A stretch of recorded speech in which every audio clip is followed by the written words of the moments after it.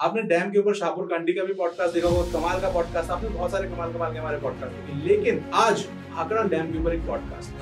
1948 में ये फैसला हुआ कि भाखड़ा डैम को बनाना ही है, we should go ahead with this. अब उस समय प्रॉब्लम ये आ रही थी कि पंजाब में या इंडिया में कोई ऐसे इंजीनियर्स नहीं थे जिनको डैम का एक्सपीरियंस हो। 1955 हमारे प्रधानमंत्री जवाहरलाल नेहरू ने फर्स्ट बकेट फाउंडेशन में डाली थी। He was there at site. अच्छा, उनका ड्रीम प्रोजेक्ट है। जो टेक्नोलॉजिकली जो फायदा भाखड़ा डैम का है वो ये है कि it was the first technical university of the country. Major challenge was faced 1959 में।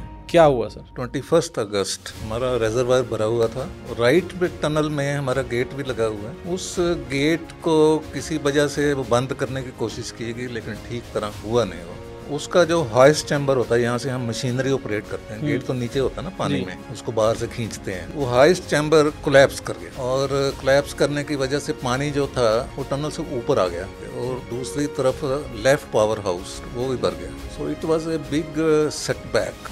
We were not ready for such a disaster. ये डैम हमारे नेशनल एसेट्स हैं, we have to take pride in their construction. और सबसे बड़ी बात यह है कि green revolution, white revolution, blue revolution, industrial revolution जो नॉर्दर्न रीजन में आया है, इन्हीं तीन डैम की वजह आया है, basically with Bhakra dam. Bhakra dam is the grandpa of all dams in India.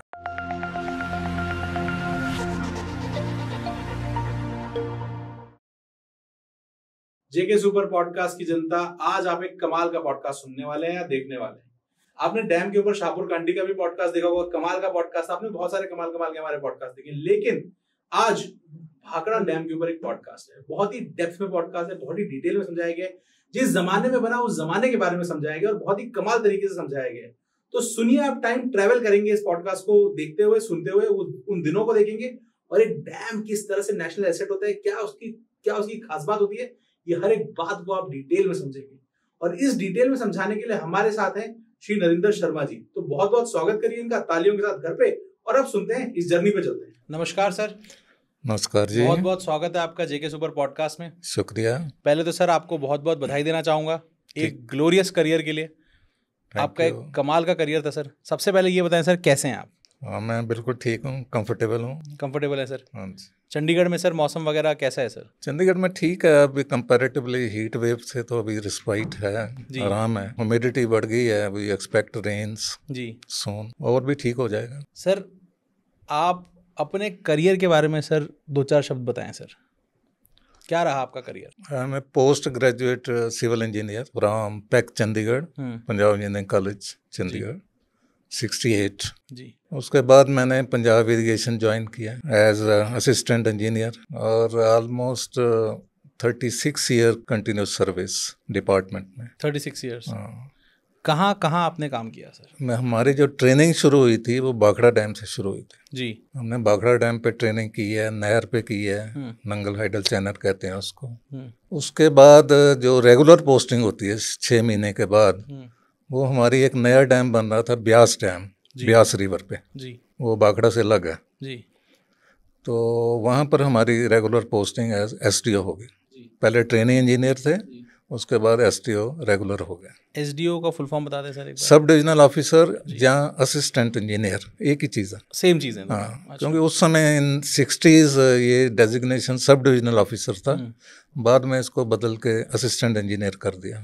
सब डिविजनल ऑफिसर उन दिनों, sub divisional officer was equivalent to assistant engineer later on जी। ट्रेनिंग के बाद ब्यास डैम पे पोस्टिंग हो गई।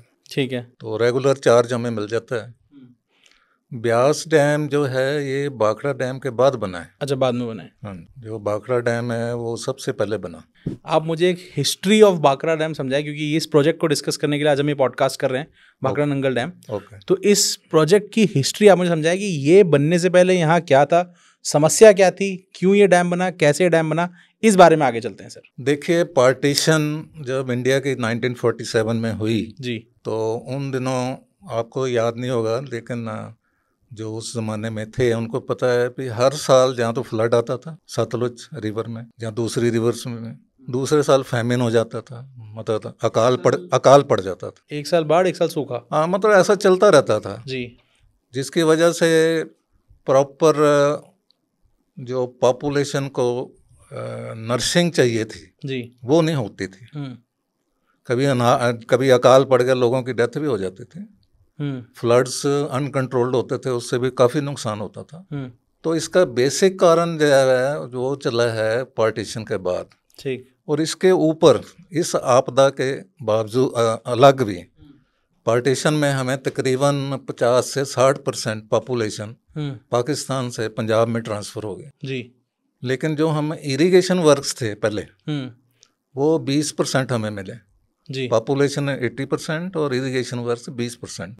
ज़्यादातर वर्क्स जो पाकिस्तान की बाउंड्री के उधर रह गए। ठीक है, ये एक्स्ट्रा लायबिलिटी क्रिएट होगी, बर्डन बढ़ गया हम पे। हाँ, वो तो फ्लड आ रहे हैं, जहाँ अकाल पड़ रहा है, हाँ, तो हाउ टू फीड इतने लोगों को, कैसे पीपल, एक्स्ट्रा पीपल आ गए और जी। तो जो भाखड़ा डैम उन दिनों कुछ उसकी प्रोग्रेस चल रही थी, अप्रोक्सीमेटली 1903 कह लो जी। जो गवर्नर जनरल थे पंजाब के मिस्टर लुइस, वो एक दफ़ा बिलासपुर से रोपड़ आ रहे थे बाया भाखड़ा साइट जी। तो वो घोड़े पे आते थे उन दिनों, घोड़े पे आके उन्होंने एक जगह देखा भाखड़ा के नज़दीक एक चीता, टाइगर, उसने दरिया को क्रॉस किया from right bank to the other bank जी।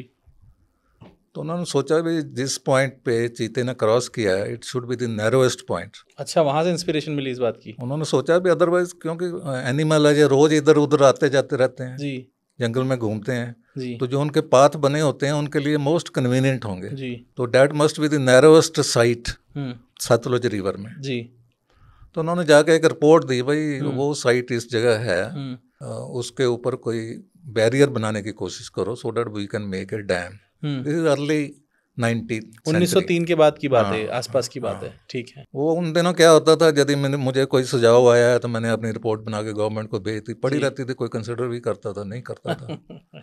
लेकिन अब 1947 में जब हम आ गए तो अब इसकी नेसेसिटी बन गई। तो उन दिनों कुछ काफ़ी काम हो भी चुका था, मतलब जैसे थोड़ी सी इन्वेस्टिगेशन, उस साइट को भी उन्होंने देख लिया, अभी साइट ठीक है। काफ़ी डीप थी वो साइट, 700 फीट डीप थी वो, यदि अप्रॉक्सीमेटली कहूँ तो 225-30 मीटर, 700 डीप वी शेप में थी, which is the nearest point. तो that was from engineering point of view वो काफ़ी कंफर्टेबल पॉइंट था। ठीक बात। उन दिनों doctor A.N. Khosla, he was the chief engineer, जो बड़े मशहूर थे, बाद में गवर्नर भी रहे हैं उड़ीसा के जी। तो वो 1948 में चीफ इंजीनियर बन गए। गवर्नमेंट ने after this partition and transfer of population Pakistan से कैओस सी मच गई।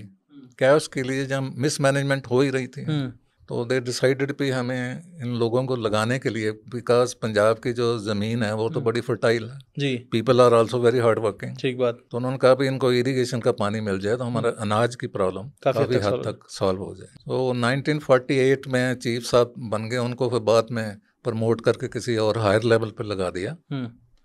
लेकिन 1948 में ये फैसला हुआ कि भाखड़ा डैम को बनाना ही है, we should go ahead with this. अब उस समय प्रॉब्लम ये आ रही थी कि पंजाब में या इंडिया में कोई ऐसे इंजीनियर्स नहीं थे जिनको डैम का एक्सपीरियंस हो। एक भी इंजीनियर ऐसा नहीं होगा? नहीं होंगे, छोटे मोटे किसी ने बनाया नहीं ना, या डैम को इतना बड़ा बना नहीं था। जो डैम के इसके जो फीचर्स आ रहे थे वो काफ़ी लार्ज स्केल में थे। इतनी हाइट पर डैम बनाना is a big job ji. कईयों ने सजेशन दी भी इसको ठेके पे दे देते हैं कॉन्ट्रैक्टर को, फॉरेन कॉन्ट्रैक्टर। इंडिया में तो कोई इतना कॉन्ट्रैक्टर शायद ना होगा, लेकिन गवर्नमेंट ने अल्टीमेटली डिसाइड किया भी नहीं, हमें अपना खुद डिपार्टमेंटल बनाना चाहिए, खुद बनाएंगे। स्पेशली डॉक्टर खोसला का, ही was the helm of affair, और भी थे चीफ इंजीनियर होंगे, सपोर्टिंग स्टाफ होता ही है।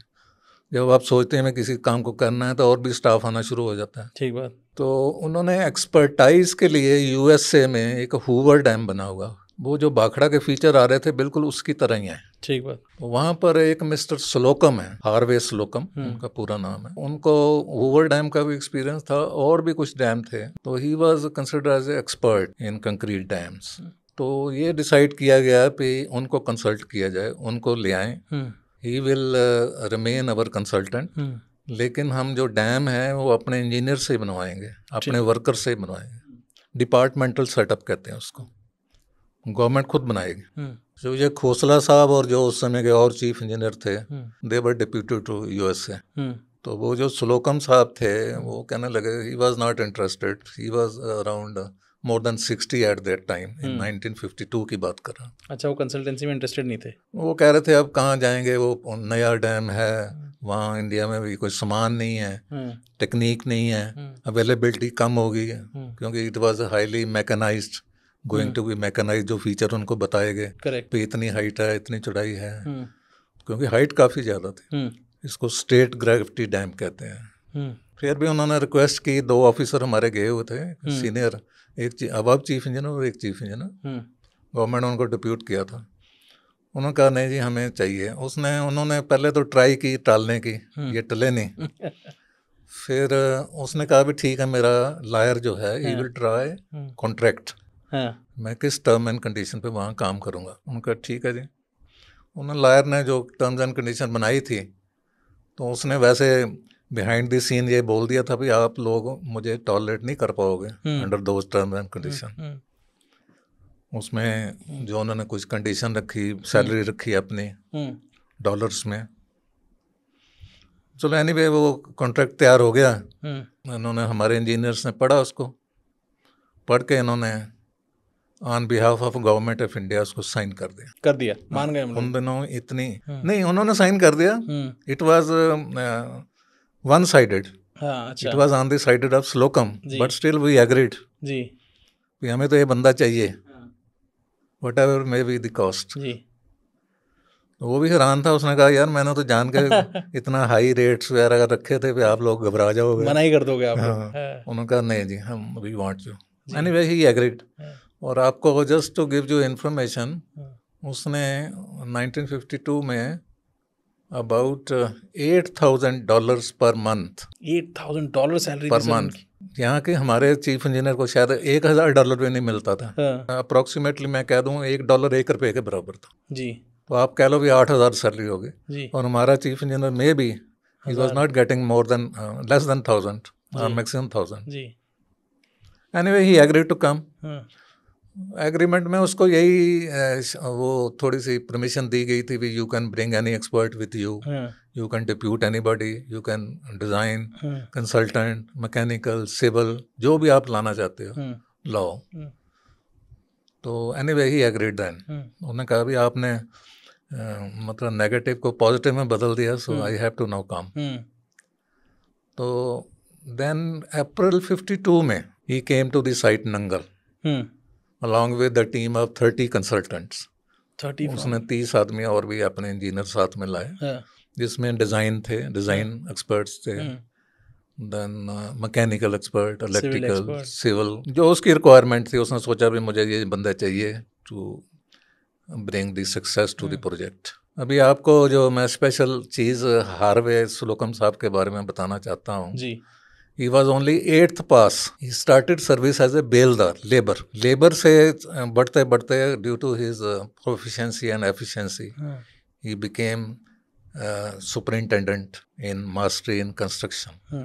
तो मतलब you can now see कितना हार्ड वर्किंग वो आदमी होगा एंड कितना मेरिटोरियस उसने काम किया होगा।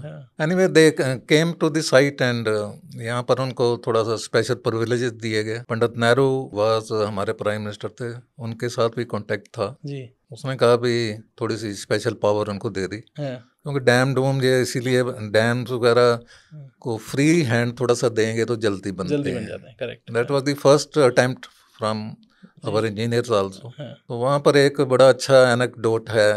गवर्नमेंट ने पूछा स्लोकम साहब कितने इंजीनियर हम रखें इस प्रोजेक्ट के लिए, उनके व्हाट इज देयर स्केल, उनका 250 रुपया, 250 रुपीज उन दिनों मिलते थे। तो उसने कहा भी 250 रख लो। तो उन्होंने पूछा ये क्या मेजरमेंट है उसने कहा जिस इंजीनियर को आप इतने थोड़े पैसे दे रहे हो वो काम क्या करेगा, we need more numbers. That was in lighter tone. तो एनीवे ही केम, और उसके बाद जो डैम का काम था वो तेजी पकड़ गया। उसको स्पेशल पावर दी, वो कोई भी इक्विपमेंट कहीं से भी ले सकता था। उसके जो डिसीजंस थे they were not subject to any audit, और जो हमारी रूल बुक्स होती हैं इतने पैसे खर्चने हैं वो सारी कंडीशंस हटा गई थी। I understand similar, it is not related, metro man mister Sreedharan he also enjoyed such powers correct to push the work. Ji ji ji. So इसके साथ जी उनके हमारी इंडियन इंजीनियर्स की टीम भी तैयार हो गई जी। और 1954 में जी काम हमारा शुरू हो गया पूरी जी, तेजी से। जी, हमारे काफ़ी engineers Punjab engineering college Roorkee से, जी, पिलानी से, जो उस समय हमारे टूरिस्ट कॉलेजेस थे, बेस्ट इंजीनियर्स जो हम दे वर ऑल अवेलेबल थे। Brought here. इंजीनियर्स कम थे उन दिनों, जी, तो वहाँ पर पूरी तरह डैम का काम शुरू हो गया। ठीक है। अच्छा, मैं बिफोर इनके बारे में और कंप्लीट कर दूं, जी, सुलोकम साहब के बारे में। जी, इन्होंने बहुत काम किया वहाँ पर। Ji, he was the key man. ये फिर बाद में बीमार हो गए 1960 में। Ji, he suffered from heart attack. Ji, और इनकी जो पर्सनालिटी थी, जो इनके अपने कमिटमेंट थी, he did not get himself treated for heart ailment. He was to go to America, लेकिन he refused because उस समय जो डैम का काम था काफ़ी पीक पे था, जी, कि मेरे जाने से कहीं और डिले ना हो जाए। तो उन्होंने अपना हार्ट से कभी नहीं। Unfortunately, he died on the dam in November 1960. हाँ, So we lost that हाँ, key man, a big personality who has been a dam builder, especially at Bakhada. Ji, But he will be remembered for his works. The engineers and workers who have worked with him, ji, they still remember him. Ji, We pay him full tribute and ji, salute him. Ji, All engineers of Bakhada salute him. Ji. So do we from JK Super Podcast, sir. We also salute him, sir, for this kind of commitment, जहाँ पे अपनी health को पीछे रख के हमारे देश के लिए इस तरह का कंट्रीब्यूशन देना, सर कमाल की बात है, सर। सर अब हम चलते हैं, हमने हिस्ट्री समझ ली है, हमने समझ लिया किस तरह से डैम बनने की तैयारी शुरू हो गई है। अब हम चलते हैं कि अब डैम बनने लग गया, अब उसकी कंस्ट्रक्शन चालू हो गई। अब इस इतनी हाइट पे डैम बनाते हुए कंस्ट्रक्शनल चैलेंजेस क्या क्या थे, सर? वैसे इसकी पहले इन्वेस्टिगेशन हो जाती है, जियो टेक्निकल सर्वे होता है जी, जनरल सर्वे होता है, जियोटेक होता है। Geotech mean geology. फिर इसकी डिज़ाइन किया जाता है, उस बेसिस पे जी, ड्राइंग्स बनती हैं। जी, तो जो सर्वे जहाँ इन्वेस्टिगेशन हुई, उससे ये फाइंड आउट हुआ कि ये जो रॉक है, सैंड रॉक है, पक्की रॉक, जी, यहाँ पर हम कंक्रीट डैम बना सकते हैं। कितने तरह के डैम्स बनते हैं, सर? डैम देखिए, अर्दन डैम भी होता है, ठीक बात, उसमें अर्थ यूज होती है। जी, रॉक फिल डैम होते हैं, उसमें रिवर बेड मटेरियल जो होता है ना, जिसमें सैंड है, जी, बोल्डर्स हैं, जी, उसका भी बनता है रॉक फिल डैम के। ठीक है, बाकी आजकल नई टेक्नोलॉजी में यदि I want to mention, rubber dam भी बन रहे हैं। जी। 3-4 टाइप के इंडिया में काफ़ी हैं। तो यहाँ पे स्टडी के बाद ये समझ में आया कि यार यहाँ पे एक कंक्रीट का डैम बन because the rock is very strong. ठीक है, सैंड स्टोन है, जैसे हम जिसके ये फर्श के बनाते हैं ना, जी, ये रॉक्स की होती हैं, बड़ी पक्की होती हैं, हम जी, चलते फिरते हैं। जी, यदि फाउंडेशन वीक हो, हम्म, फिर हमें अर्दन डैम की तरह सोचना पड़ता है। ठीक है, लेकिन इस केस में it was decided it will be concrete dam. ठीक है, कंक्रीट डैम के लिए एक कंस्ट्रक्शन होती है एक्चुअल, एक होती है प्री कंस्ट्रक्शन। तो उसमें क्या होता है, सर? पूरी कंस्ट्रक्शन को टेकअप करने से पहले हमें हम्म, प्री कंस्ट्रक्शन एक्टिविटीज करनी पड़ती हैं। वो काफ़ी होती हैं, 3-4 साल चलती हैं वो। मतलब कंस्ट्रक्शन तक सब कुछ इजीली हो, हाँ, इसके लिए हमें जो उसके लिए construction 3-4 साल पहले फौरन आपको प्री पोन करके कुछ काम करने पड़ते। ठीक है, पहली तो बात है लैंड एक्विजिशन। ठीक बात, जी, आपने जो डैम बनाना है, हाँ, उसका रेजरवायर बनना है। जैसे बाखड़ा का 95 किलोमीटर लंबा reservoir up to Sundarnagar Mandi district में पड़ता है, जी, बिलासपुर भी बीच में आता है। जी, ये सारी लैंड एक्विजिशन करनी पड़ती है, इट्स अ बिग जॉब। ठीक है, दूसरा होता है, क्योंकि मैंने आपको बताया डिपार्टमेंटल प्रोजेक्ट बनाना है, सो वहाँ पर हम टाउनशिप क्रिएट करते हैं, so that our officer engineers are comfortable. क्योंकि काम जो होता है डैम पे, वो प्लान किया जाता है 24 आवर्स, 8 आवर्स की शिफ्ट होती है। 3 शिफ्टों में काम होता है, वर्कर्स भी जाते हैं, इंजीनियर्स भी जाते हैं, अराउंड द क्लॉक काम चलता है। 24 घंटे जब तक डैम नहीं बनेगा तब तक काम चलता रहेगा। ये नहीं है कि आप 9 से 5 वाला काम नहीं है। जी, तो हमें एक टाउनशिप क्रिएट करनी पड़ती है ऑफिसर्स के लिए, एक लेबर के लिए बनानी पड़ती है, जी, इक्वल बेनिफिट्स, क्योंकि गवर्नमेंट सबको बराबर रखती है। Ji, then we have to construct schools, hospital, मोटा मोटा एक छोटा शहर ही बनाना पड़ता है। शहर ही बनाना। जी, अब देखिए, नंगल की मैं बात करूं तो लगभग 3500 घर होंगे वहाँ पर, 3500 4000 डिफरेंट टाइप है। चीफ इंजीनियर की अलग कैटेगरी है, जैसे चंडीगढ़ जहाँ T8 टाइप है, 7 टाइप है। तो वो जो 3500 घर हैं वो वहीं के स्टाफ के और वहीं के डेडिकेटेड लोगों के घर हैं उस डैम के? 3500 घर? Yes yes. अच्छा, ऐसा लेबर होती है।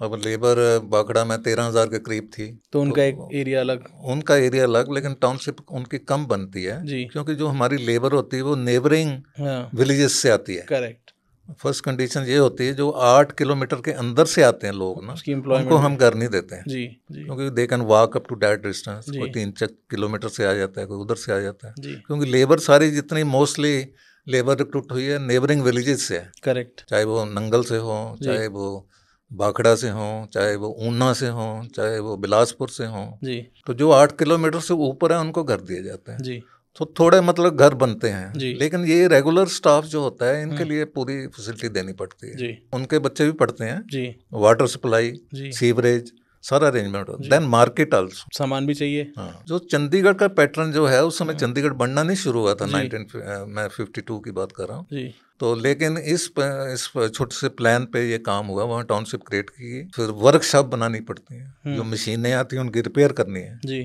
स्टोर बनाने पड़ते हैं उनके स्पेयर पार्ट्स के लिए। जी। फिर जो हमने कंक्रीटिंग करनी है, कंक्रीट डालना है, हाँ उसके लिए सारा इक्विपमेंट प्रोक्योर करना पड़ता है। बिल्कुल। क्रेन्स चाहिए, मिक्सर चाहिए, ट्रांजिट मिक्सर आप देखते रहते हैं, चलती जी, हैं जो जी। घूमती, उसका सीमेंट चाहिए। हाँ फिर हमें कंक्रीटिंग प्लांट लगाना पड़ता है, ठीक बात। यहाँ पर कंक्रीट तैयार होकर मिक्सचर में बन के साइट पे जाएगी, जहाँ पर वो हाँ लगाना है हमने। हाँ फिर हमें एग्रीगेट प्लांट लगाना पड़ता है, जो बड़े पत्थर को छोटा पत्थर बनाता है, सैंड बनाता है, क्योंकि कई क्वांटिटी ज़्यादा होती हैं, कई कम मिलती हैं, तो आपको फिर खुद उनको इम्प्रोवाइज करना पड़ता है लोकली। फिर हमने एक वहाँ पर first time belt conveyor system use किया। अच्छा। और बेल्ट कन्वेयर सिस्टम मतलब एक जगह से दूसरी जगह को ट्रांसपोर्ट करने के लिए, गया। बजाय कैरियर्स या ट्रकों में उसमें, ठीक बात। तो बेल्ट कन्वेयर में वो डाल के बोल्डर्स, जहाँ उसको एग्रीगेट्स कहते हैं हम, क्योंकि जो कंक्रीट होता है उसमें डिफरेंट टाइप के होते हैं एग्रीगेट। जी सैंड हो गई, आधा इंच हो गया, पौना इंच हो गया, 2 जी, इंच हो गया, ऐसा जैसे डिज़ाइन किया होता है कंक्रीट को, उसके लिए बेल्ट कन्वेयर भी वहाँ यूज हुई, विच वाज क्वाइट सक्सेसफुल। तो these are the pre construction activities. अभी तो कंस्ट्रक्शन शुरू ही नहीं हुआ, उसके पहले इतना काम तो यहीं करना है। नेचुरली, मतलब ये स्टाफ तभी आएगा ना आपका, कहाँ रहेगा? क्यों आएगा वरना? अभी टेंटों में आप कितने आदमी रखोगे? फैमिली से दूर कितना, क्योंकि लंबा प्रोजेक्ट भी है। नहीं, आप कहें नहीं, ठीक है जी, आपके सारे इंतजाम हैं वहाँ, हॉस्पिटल भी है, स्कूल भी है आपके बच्चों के लिए, हम ट्रांसपोर्ट भी देंगे आपको। कॉलेज में कुछ जाने वाला बच्चा है, जैसे बागड़े से नंगल जाना है, नंगल से रोपड़ जहाँ कॉलेज होगा, फ्री बस सर्विसेज गिवन।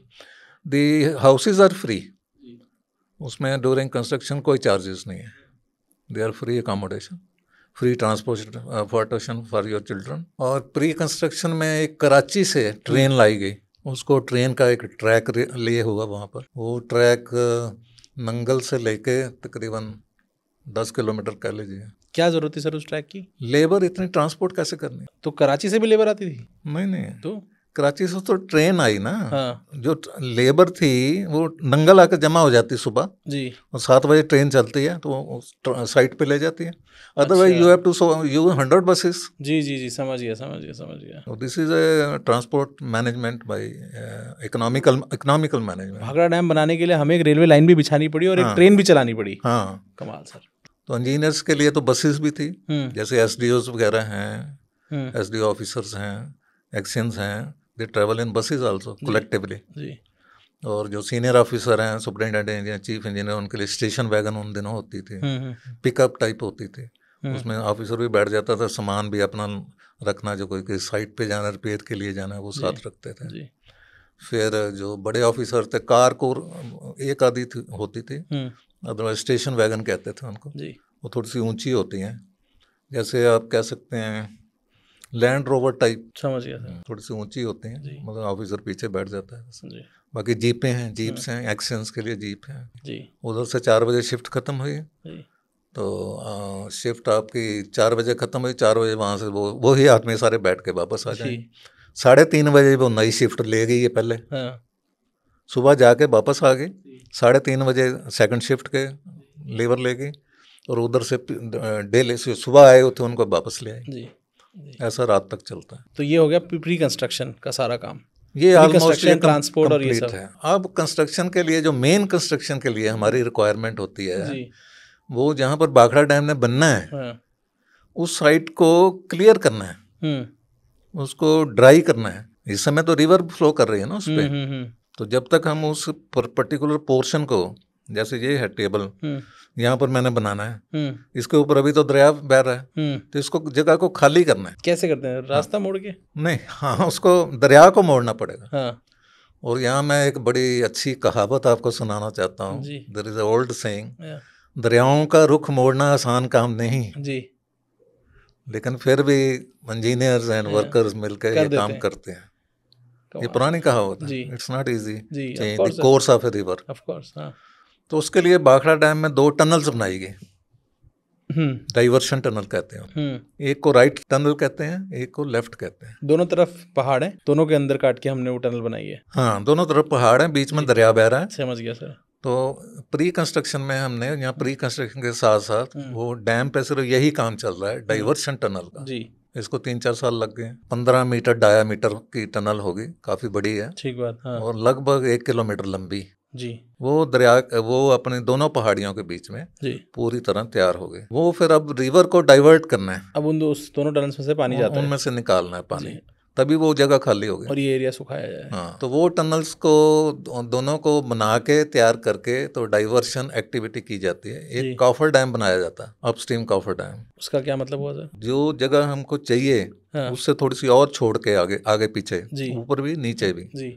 वहाँ पर एक कॉफर डैम बनाया जाता है। वो अर्दन डैम टाइप होता है। ठीक बात। हाँ। जो मिट्टी हमने टनल से निकाली होती है उसको यूज करके कंपैक्ट करके रोलर से, जी। तो वो एक वाल बना दी जाती है। वो जो वाल है थोड़ी सी नीचे को होती है, टनल के मुंह ऊपर होते हैं। जब वो वाल बन गई तो जो पानी है वो ऑटोमेटिकली दोनों टनलों की तरफ जाना शुरू हो गया। ठीक बात। जी। इसी तरह नीचे की तरफ भी ऐसा ही कॉफर डैम बनाया जाता है।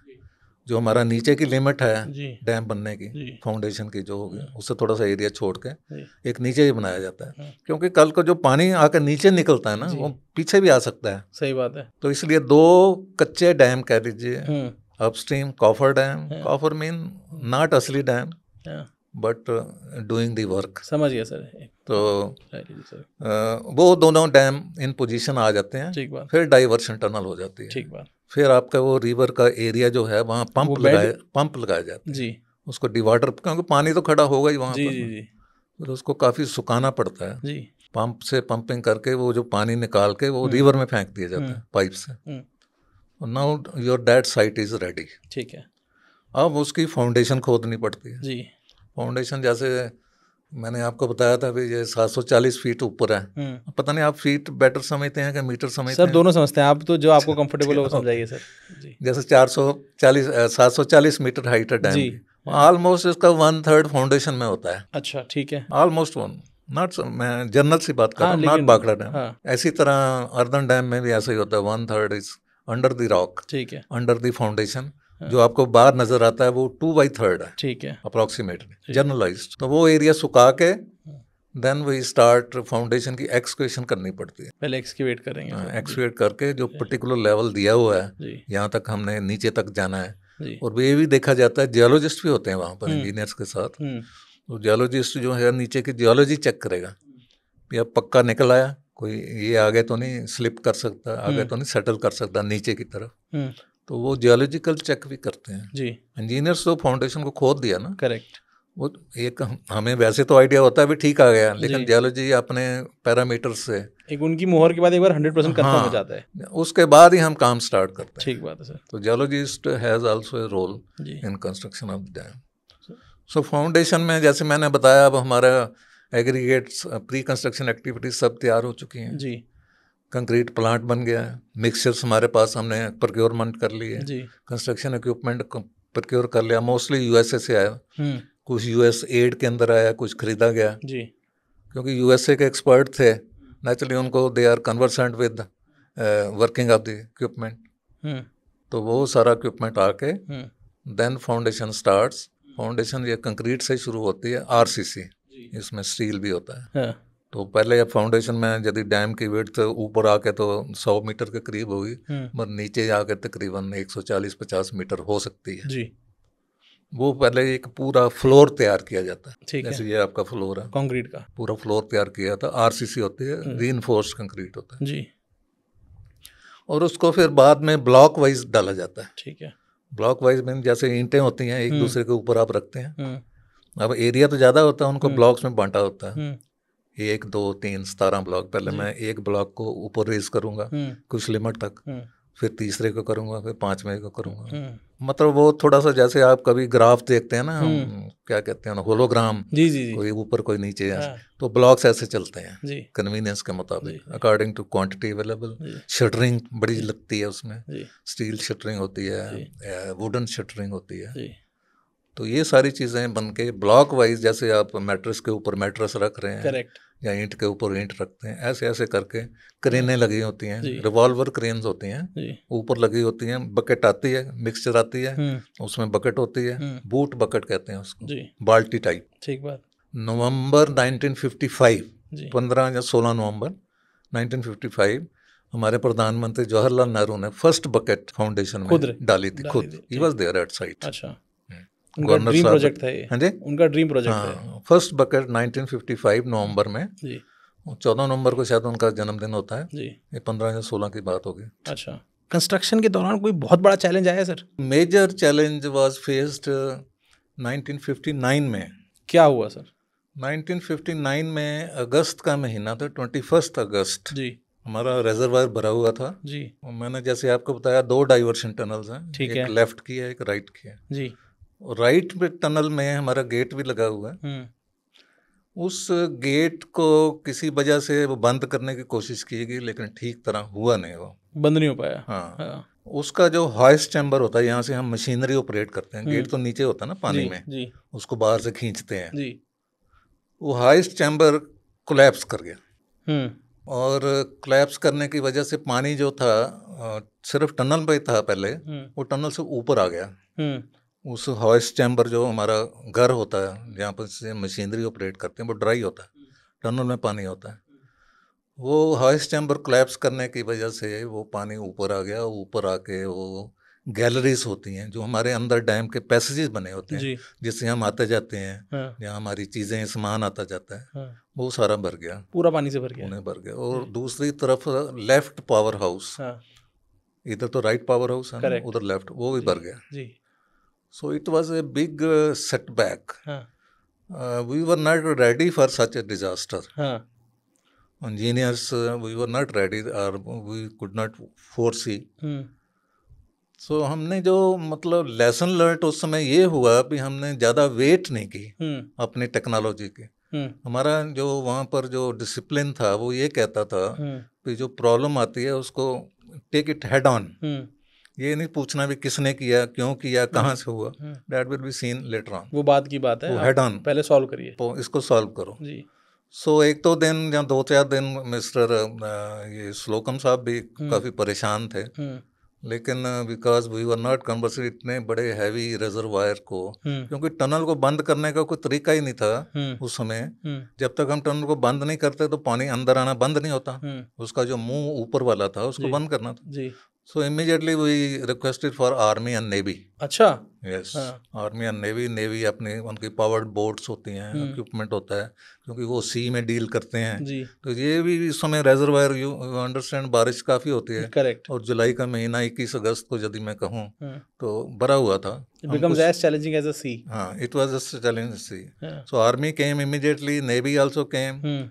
फिर हमने जो मैंने जैसे बताया कि उस टनल का ऊपर से मुंह जब तक बंद नहीं होता तो अंदर टनल के पानी आना बंद नहीं होता।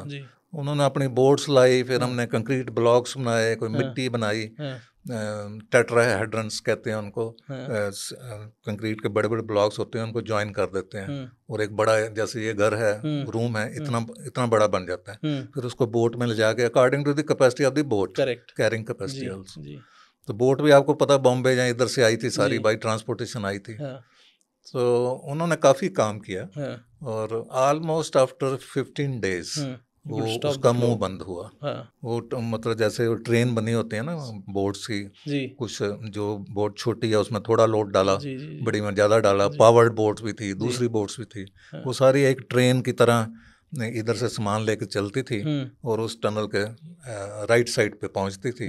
वहाँ पर उस पॉइंट था जो पर्टिकुलर पॉइंट, वहाँ डाल, मतलब it was a sort of dumping, क्योंकि एग्जैक्ट तो लोकेट करना मुश्किल होता है इतना पानी में।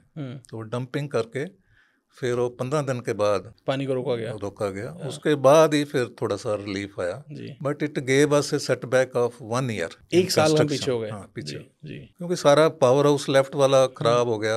अभी मशीनरी तो नहीं थी वहाँ पर, लेकिन मिट्टी भर जाती है। यदि आप फ्लैश फ्लड देखें या ऐसी चीज़ें देखें, जब पानी चला जाता है तो पूरा पता नहीं क्या क्या भरा होता है उसमें। That was a big setback. सबको मतलब मेंटली भी सब ने फील किया, स्ट्रेसफुल हो गया। It was very stressful, that was the biggest challenge. But उसमें लेसन यही था कि डोंट वेट, जो एक्सपर्ट्स हैं उनको बुलाओ। जैसे भाखड़ा डैम पे हमने एक्सपर्ट को यूज़ किया इंस्टेड ऑफ खुद ही हम ऐसे करते रहते वर्क डन। तो दैट वाज द लेसन। इस चैलेंज के लिए भी हमने एक्सपर्ट को बुलाया, कमाल से। इसलिए नेवी और आर्मी आ गए जी, उन्होंने ही कंट्रोल किया। क्योंकि इंजीनियर्स क्या है, हमारे पास ना बोट्स होते हैं ना कुछ होते हैं, चप्पू वाली बोट्स हैं, वो थोड़ा काम करेंगे। करेक्ट। इतना बड़ा रिजर्वर, फिर हम हमारे लोग डरते भी हैं जी। नेवी को तो प्रैक्टिस होती है, they can work under any head of water जी। So this was the biggest challenge there. Sir एक बार समझते हैं पूरे डैम को कि डैम में क्या क्या कंपोनेंट्स हैं सर। डैम का जो सबसे बड़ा कंपोनेंट है वो है स्पिलवे।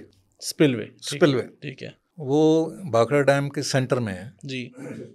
4 गेट्स हैं उसके, ठीक बात, रेडियल गेट्स कहते हैं जी। और जब ये बरसात होती है, जैसे मैंने अभी आपको बताया 21 जुलाई का महीना या सितंबर का महीना, जब रिजर्वायर पूरा भर जाता है and it is danger to the safety of the dam. Correct. क्योंकि डैम को डिजाइन किया होता है किसी पर्टिकुलर लेवल के लिए, कुछ प्रेशर ले सकता है उसके जी। यदि उस पर्टिकुलर लेवल से पानी ऊपर चला जाता है तो we have to throw it back. Correct. We have to shoot it back into the river through spillway ji.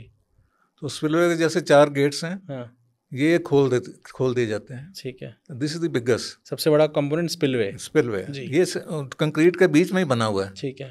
Earthen dam में इसकी पोजीशन अलग होती है, ये बीच में नहीं बनता है। ठीक है। लेकिन क्योंकि ये सारा कंक्रीट का है, कंक्रीट का स्पिलवे है, तो ये it is in the centre of Bhakra dam. ठीक है। देन इसके दूसरे कंपोनेंट है 2 power houses, right and left.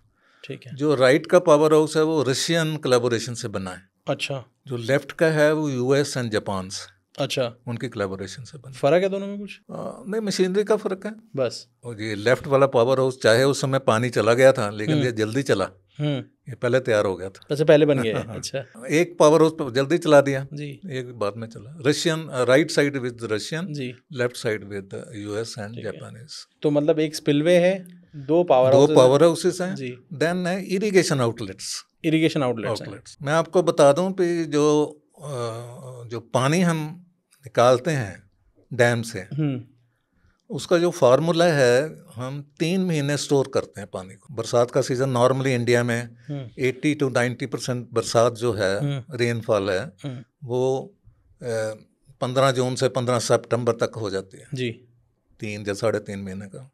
सो हमारा जो फार्मूला है, ये 3 महीने हम पूरा स्टोर करते हैं पानी को। देन कमिंग 9 मंथ्स उसको यूज, ड्राई सीजन अक्टूबर से लेके again back up to May, वो पानी जो हमने स्टोर किया हुआ according to the requirement of the farmers, वो हम रिलीज करते रहते हैं। इरिगेशन आउटलेट से नहीं, नॉट इरिगेशन आउटलेट, मतलब उस पानी को उसके लिए यूज करना है। करेक्ट। अब उसको यूज करने के लिए पहली प्रायोरिटी है थ्रू पावर हाउस ओनली।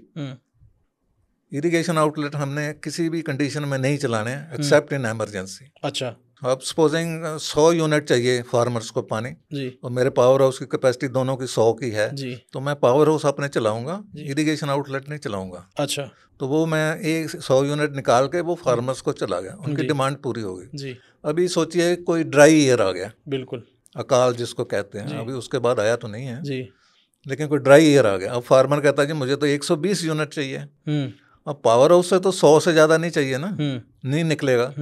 फिर वो इमरजेंसी में हम 20 यूनिट्स हैं वो इरिगेशन आउटलेट से निकालते हैं जी, जो 20 एक्स्ट्रा है। इरिगेशन आउटलेट भी स्पिलवे की बॉडी में लगे हुए हैं, जैसे स्पिलवे का ऊपर से नीचे आ रहा है ना, उसके बीच में 16 आउटलेट बने हुए हैं, 4 एक पैनल में, 4 इधर, एक लाइन में 8, उससे ऊपर एक पैनल और है, डिफरेंट लेवल्स पे, वाटर लेवल पे, ताकि किसी भी लेवल पे वो ऑपरेट हो सके। ठीक है। तो उस केस में हमें चलाना पड़ता है, लेकिन नॉर्मली हम अवॉइड करते हैं, क्योंकि जो 20 अभी हमने पानी छोड़ा इरिगेशन के लिए, उससे पावर प्रोड्यूस नहीं हुई। Correct. So we lose that economy. समझ गया सर जी। तो दैट इज़ वेरी इंपॉर्टेंट। तो उसमें कई दफ़ा हम फार्मर्स को कन्विंस भी करते हैं, कोई अल्टरनेट मेथड निकालने की कोशिश करते हैं ताकि हमें पानी आउटलेट से ना निकालना पड़े।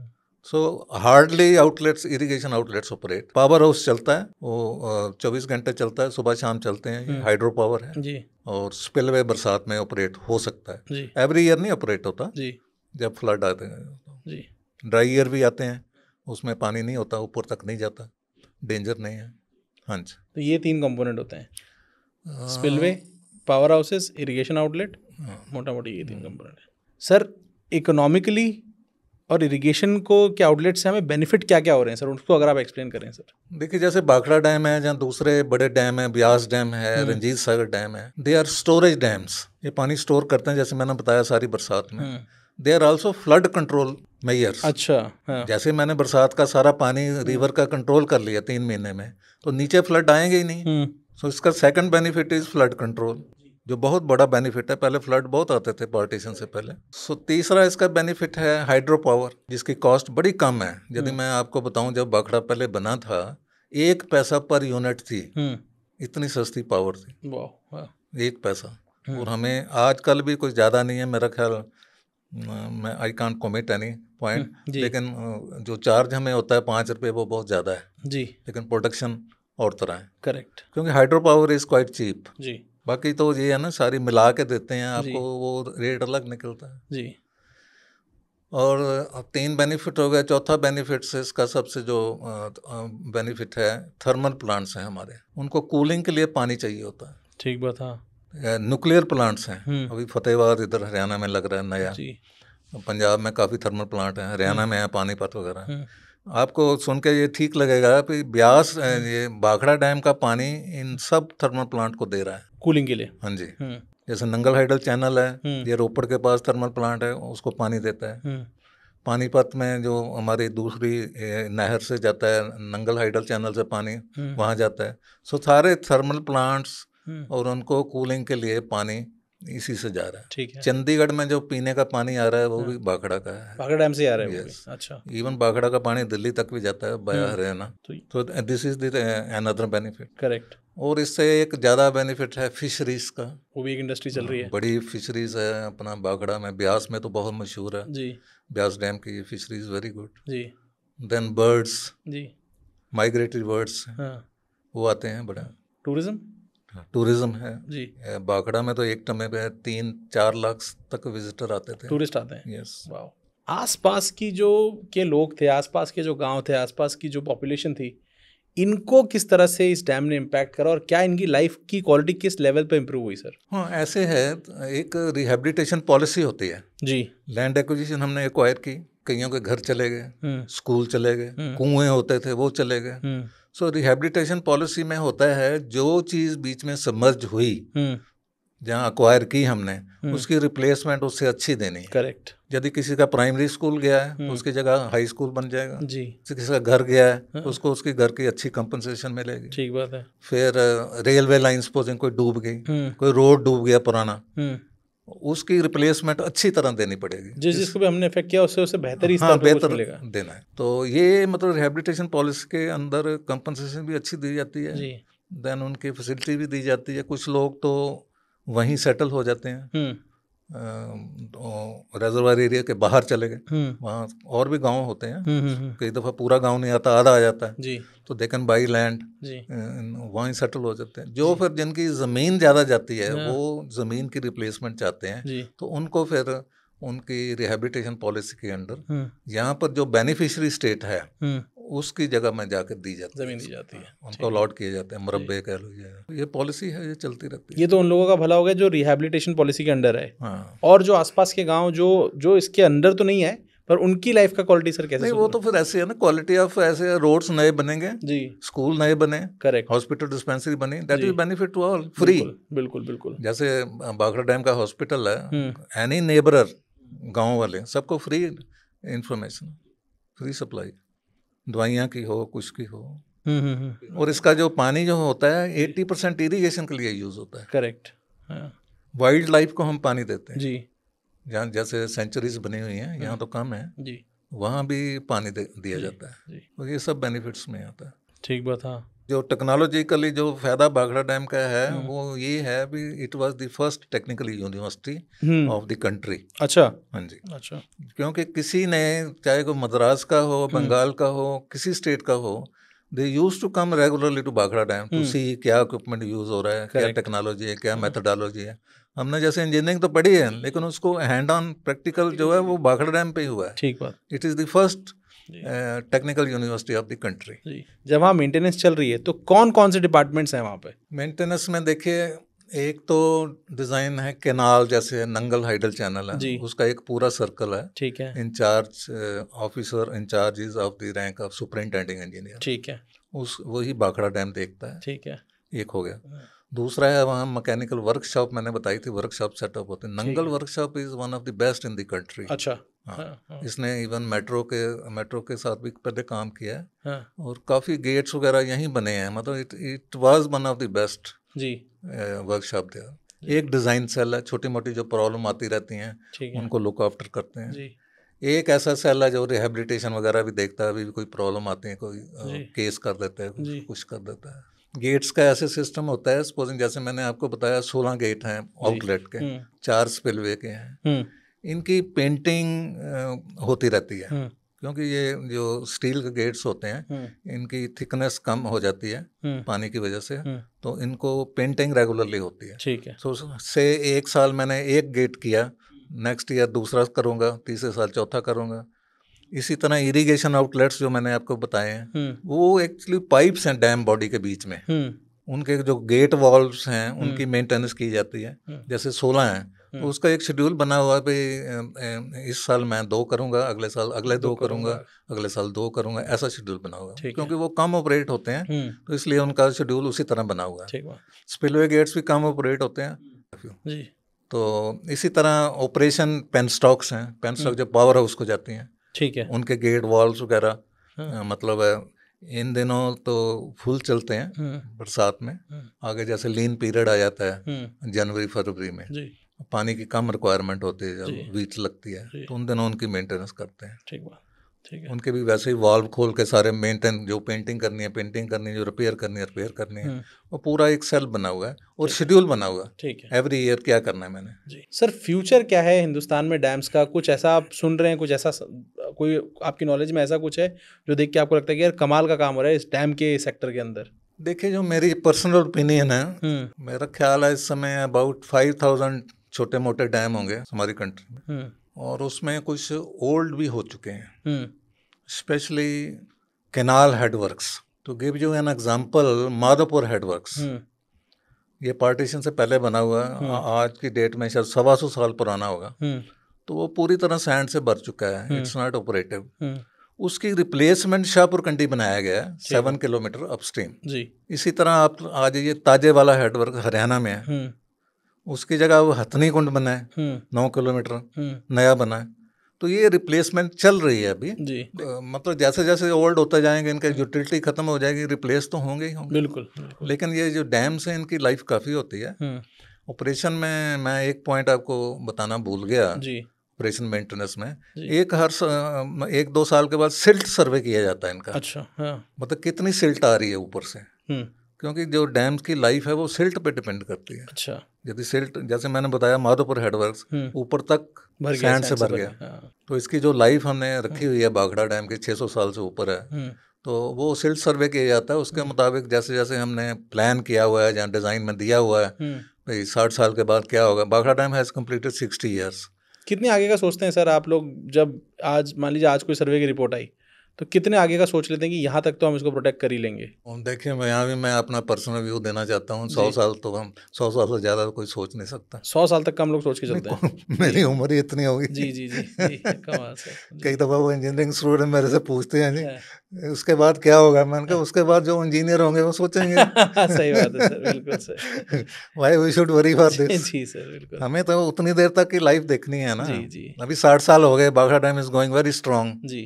नंगल हाइडल चैनल के 70 साल हो गए ji, it's going very strong ji. Beas dam is very good. Ranjit Sagar अभी नोविस ही है, लेकिन फिर भी इसके 20 ईयर्स तो पूरे हो चुके हैं। 22 साल हो गए शायद रंजीत सागर को। शाहपुर कंडी अभी कमीशन हुआ है। बिल्कुल। तो ये एक्चुअली यू सी मैं इसको जो सम अप करना चाहूँ जी ये डैम हमारे नेशनल एसेट्स हैं जी और इनके मतलब we have to take pride in their construction.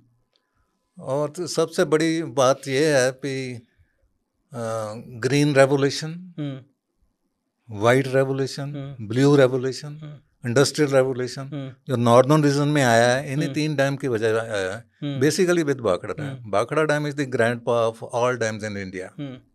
Bhakra dam के इंजीनियर्स ने ही आगे जाके रंजीत सागर बनाया, उन्होंने ब्यास डैम बनाया, उन्होंने एक सुंदरनगर पावर प्रोजेक्ट है ब्यास पे, उसको BSL लिंक कहते हैं, ब्यास सतलुज लिंक, तो वो बनाया। ये मतलब ये एक ट्रेनिंग ऐसी जो फर्स्ट स्टेप भाखड़ा डैम पे लिया गया, भी हम डिपार्टमेंटल ही बनाएंगे। अपने इंजीनियर से इतने ज़्यादा ट्रेन हो गए, बाहर बहुत गए हैं। I spent 5 years in Tanzania as expert. तो जो इंजीनियर इधर, मैं तो ब्यास के बाद गया, तो क्योंकि ब्यास के बाद ब्यास में ये प्रॉब्लम बड़ी आई थी फंड्स की ड्यू टू 2 wars 65 एंड 71 जी। तो वो डिले हो गया उसकी वजह से, और उसकी वजह से रंजीत सागर भी टाइमली नहीं टेकअप हो सका। But they are still assets and they are क्या उसको कहें, ग्रैंडपा, मैंने भाखड़ा को कह दिया। Beas and Ranjit Sagar are its cousin, छोटे हैं उससे। But they are our harbingers of prosperity in northern region. Ji कमाल सर बहुत पॉडकास्ट किए हैं मैंने आज तक, कम से कम 22-23 एपिसोड्स कर चुका हूँ, लेकिन इतना इन डेप्थ एक्सप्लेनेशन मैंने डैम्स को समझा, इसके पहले भी हमने एक डैम का पॉडकास्ट किया, काफ़ी कुछ मैंने समझा उसके अंदर भी, लेकिन इस पॉडकास्ट को करते हुए मुझे और भी डेप्थ में पता पड़ा है सर डैम्स के बारे में। जिस तरह से डैम्स हमारे देश के नेशनल एसेट है सर, आप भी हमारे देश के लिए नेशनल एसेट है सर। थैंक यू, बहुत बहुत शुक्रिया सर, ऐसा कमाल का करियर के लिए बहुत बहुत शुक्रिया, देश को इतना कुछ कमाल के देने के लिए बहुत बहुत शुक्रिया सर, समय निकालने के लिए, और JK सुपर पॉडकास्ट पे आने के लिए सर बहुत बहुत शुक्रिया। Thank you, best of luck to you also. जी सर, योर ऑर्गेनाइजेशन। जी sir, thank you sir. Okay.